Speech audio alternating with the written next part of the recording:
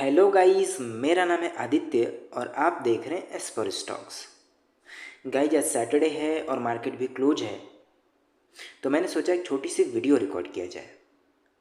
अब इस वीडियो के रिकॉर्ड करने का पर्पज़ सिर्फ इतना सा है कि हमने एक स्टॉक में ट्रेड लिया था, उसका कल हमने टारगेट बुक किया है। अब ये वीडियो आपके नज़रिए से नॉर्मल वीडियो ज़रूर हो सकती है, लेकिन अगर आप मेरे नज़रिए से देखें तो इस वीडियो में आपको सीखने को बहुत कुछ मिलेगा कि हमने एंट्री कहाँ बनाई थी, स्टॉप लॉस क्या था, टारगेट क्या था, और सबसे अहम बात, इस स्टॉक में हमारा जो टारगेट था वो और भी ऊपर था, लेकिन हमने क्यों मॉडिफाई करके पहले एग्जिट कर गए, ये भी आप इस वीडियो में आगे देखेंगे। So guys, first of all I want to say sorry because this is my first video. तो हो सकता है मेरे वॉइस में आपको फ्लक्चुएशन दिखे, कहीं कहीं हेजिटेशन दिखे, सो सॉरी फॉर दैट।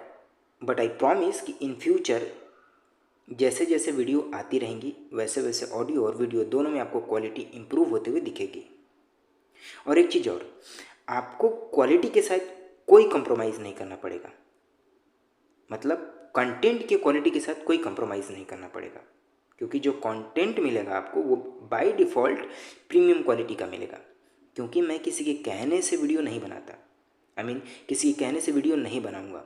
जिस टॉपिक पे मुझे वीडियो बनाना होगा उसके ऊपर पहले मैं डीप रिसर्च करूँगा, पहले मैं खुद यूज करूँगा, अगर वो प्रॉफिटेबल होगा उसके बाद ही मैं वीडियो अपलोड करूँगा, और वो भी बिल्कुल फ्री ऑफ कॉस्ट। आपको किसी तरह का किसी को कुछ भी नहीं पे करना है, ठीक है। सो हम अपने टॉपिक पे आते हैं।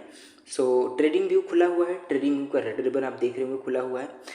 अब रेड रिबन में मैं उन स्टॉक्स को रखता हूँ जिन स्टॉक्स में हमारी अभी पोजीशन होल्ड है। ओके, अब आप देख रहे होंगे यहाँ पे IRFC है, IDFC फर्स्ट बैंक है, इजी मेट्री प्लानर्स लिमिटेड है। अच्छा, मैं निफ्टी में ट्रेड नहीं करता, बेसिकली मैं ऑप्शन ट्रेडिंग ही नहीं करता। I do only equity cash.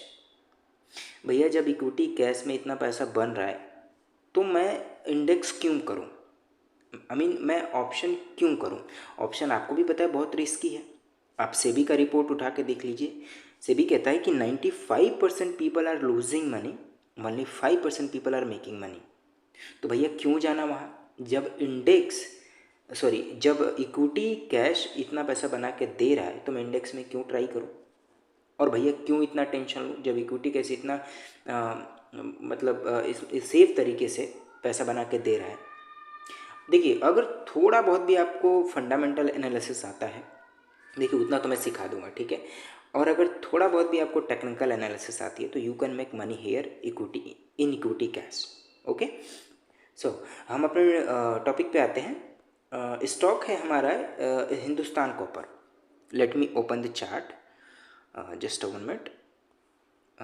ये मैंने ओपन किया इसका चार्ट।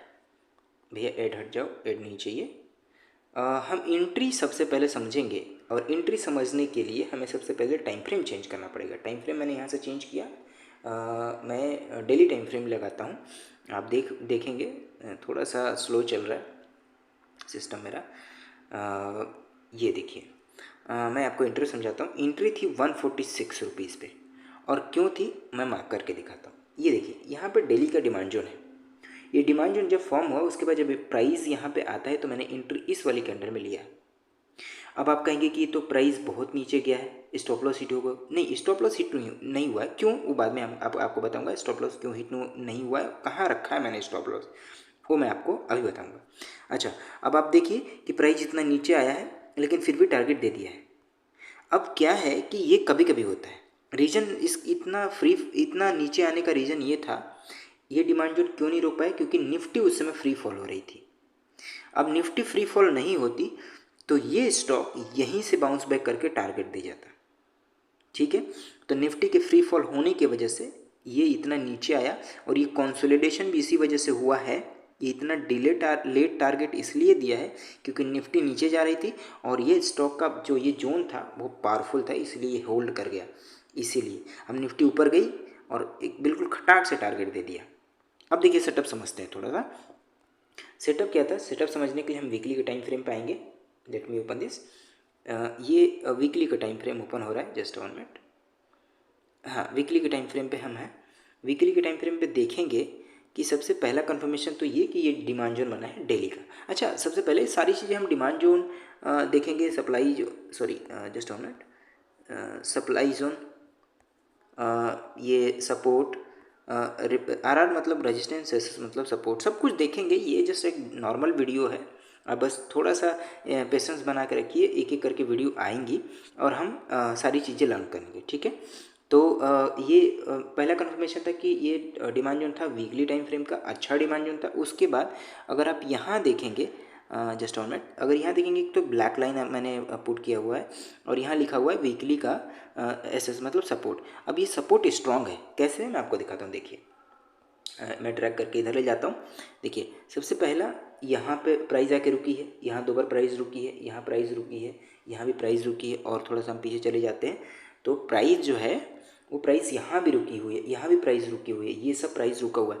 तो ये बहुत ही स्ट्रॉन्ग वीकली टाइम फ्रेम का, बड़े टाइम फ्रेम का डिमांड जोन था, सॉरी सपोर्ट था, इसलिए प्राइस इसके नीचे नहीं गई। 2 कन्फर्मेशन के साथ हमने एंट्री बनाई थी और SL हमने रखा था इसी डिमांड जोन के नीचे, जो ये वीकली टाइम फ्रेम का डिमांड जोन है। मैं आपको अगर दिखाऊं, SL करीबन 135.25 के आसपास मैंने SL रखा हुआ था और हिट नहीं हुआ, आप देख पा रहे होंगे प्राइस यहाँ से चली गई है, ठीक है। अब टारगेट क्या था, टारगेट मैं अगर आपको बताऊं तो टारगेट जानने के लिए सबसे पहले हम जाएंगे डेली के टाइम फ्रेम पे। सबसे पहले मेरा जो टारगेट मैंने डिसाइड किया था वो था 172 के आसपास।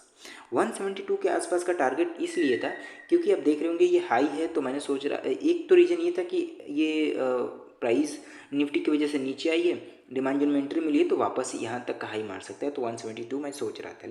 उसके बाद दूसरा रीज़न ये भी था कि एक तरह का ट्रेंड लाइन था, उसका ब्रेकआउट था, मैंने तो एंट्री नीचे ली थी यहाँ के आसपास, तो ट्रेंड लाइन का ब्रेकआउट था, तो मैंने सोचा कि यहाँ तक तो ज़रूर जाना चाहिए, बट आई वॉज रॉन्ग। वो क्यों, क्योंकि मैं आपको दिखाता हूँ मैंने प्रॉफिट क्यों बुक कर लिया, पहले मैंने टारगेट क्यों बुक कर लिया वो मैं आपको दिखाता हूँ। वीकली के टाइम फ्रेम पे अगर आप जाएंगे तो आप देखेंगे कि यहाँ पे एक वीकली का बहुत ही अच्छा सप्लाई जोन है। आप देख रहे होंगे लेगआउट कैंडल थोड़ा सा वीक है, ये जो दूसरी कैंडल, बेस कैंडल के बाद जो कैंडल होती है उसे लेगआउट कैंडल बोलते हैं, वीक है, बट आप देखेंगे कि इसको भी नज़रअंदाज नहीं कर सकते। ये वीक लेगआउट कैंडल तो है, लेकिन इसे बिल्कुल भी इग्नोर नहीं कर सकते कि इतना फॉल हुआ है, ठीक है, इतना तक प्राइस यहाँ से यहाँ आता है, तो इसको भी हम इग्नोर नहीं कर सकते। इसलिए ये वाला जो डिमांड सप्लाई जो है ये वाला वो है पावरफुल, ठीक है, और प्राइस यहाँ आएगी तो रुकेगी। इसीलिए मैंने 172 ना वेट करके मैं 166 पे बुक कर लिया। अब देख रहे होंगे कि जैसे उसको लाइन को टच करती है 166 को, प्राइस लगभग 2 रुपये नीचे आ जाती है, और हो सकता है कि ये इस डिमांड जोन में वापस आए तो हम एंट्री दोबारा बनाएंगे, ठीक है। तो अगर मोटा मोटा अगर हम देखें, अच्छा एंट्री हमने किस डेट को बनाई थी ये मैं आपको अगर दिखाऊं तो मैं आपको अगर वापस डेली के टाइम फ्रेम पे जाता हूँ, इस वाली एंट्री मैं बता रहा था, तो करीबन 23rd, अच्छा 23rd को एंट्री लिया। आप देख रहे होंगे लंबा समय लग गया, वो निफ्टी की वजह से थोड़ा टाइम लग गया, नहीं तो बहुत जल्दी टारगेट दे देता ही है, ठीक है। तो मोटा मोटा अगर हम देखें इधर कैलकुलेशन करें तो मेरे हिसाब से अगर मैं गलत नहीं हूँ तो 146 पे मैंने एंट्री बनाई थी, 166 पे मैंने आपको बताया कि टारगेट लिया है, मतलब बुक किया है टारगेट हमने, तो मोटा मोटा 20 पॉइंट हमने ग्रैब किया। अब देखिए अगर कैलकुलेशन करें तो पहला केस ये कि अगर आपने 100 क्वांटिटी लिया होगा तो आपने 2000 प्रॉफिट बनाया होगा, ठीक है। अब टाइम मत देखिए, ये निफ्टी की वजह से रुक गया और ये आपका छोटी कैपिटल है तो आपको 2000 लग रहा होगा। अभी यही दूसरा कैलकुलेशन करते हैं कि आपने 20 पॉइंट ही ग्रैब किया, 20 पॉइंट ग्रैब किया और आपने 1000 क्वांटिटी लिया होता, ठीक है, तो अगर 3 जीरो ऐसे हो गया, 1 जीरो ये और ये 20,000 का आपने प्रॉफिट बनाया हो। सेम एज अगर हम इसी कैलकुलेशन को थोड़ा सा आगे बढ़ाते हैं तो 20 और अगर आपने 10,000 क्वांटिटी लिया होता तो आपका कितना प्रॉफिट होता है, 4 जीरो ये और 1 जीरो ये और 2, मतलब 2 लाख का प्रॉफिट। तो ये टाइम को लेकर के आपका टेंशन मत लीजिए कि टाइम इतना लग गया उतना लग गया, और तो इसलिए आप ये पैसों पे मत जाइए, आप पॉइंट देखिए और समय देखिए। समय थोड़ा सा ज़्यादा लग गया बट कोई बात नहीं, इन्वेस्टमेंट में अगर रिटर्न अच्छा मिल रहा है, देखिए बैंक तो साल भर में मेरे हिसाब से 6 से 7% देते हैं, और यहाँ तो अगर आप देखिए तो मोटा मोटा मेरे हिसाब से कहीं ना कहीं तो 11 10 से 12% के बीच में आपको रिटर्न मिल गया। और कितना आप अगर कैलकुलेशन कर लें, तो मेरे हिसाब से 1 महीने भी नहीं हुआ मोटा मोटा, तो 1 महीने के अंदर आपको 10 से 12% आपका अगर आपके इन्वेस्टमेंट पे पैसा रिटर्न आ रहा है तो बुरा नहीं है। सो इस वीडियो में बस इतना ही से था। और आप इस यूट्यूब चैनल के साथ जुड़े रहें, आपको प्रीमियम कंटेंट मिलने वाला है। ये सारी चीज़ें हम देखेंगे कि सपोर्ट कैसे ड्रॉ करते हैं, बिल्कुल इजी तरीके से, कहीं कोई कन्फ्यूजन नहीं होगा। एकदम प्रीमियम कंटेंट मैं आपको प्रोवाइड कराने वाला हूँ बिना किसी कॉस्ट के। अब देखिए क्या है कि मैं इसमें आपको अपना प्रॉफिट का स्क्रीनशॉट नहीं दिखा सकता। अब आप कहीं क्यों? क्योंकि देखिए प्रॉफिट का स्क्रीनशॉट देख करके आप सिर्फ मैनिपुलेट होंगे। मैं आपको चाहूँ तो ये 1 CR का प्रॉफिट दिखा दूँ क्लोन ऐप से, ऐसे लोग कर रहे हैं। और वैसा करके लोग क्या कर रहे हैं, लोगों को यूट्यूब पे जा कर के अपना वीडियो बना रहे हैं, उसमें क्लोन ऐप से प्रॉफिट दिखा रहे हैं, चला रहे हैं, एकदम बिल्कुल डिट्टो चलता है।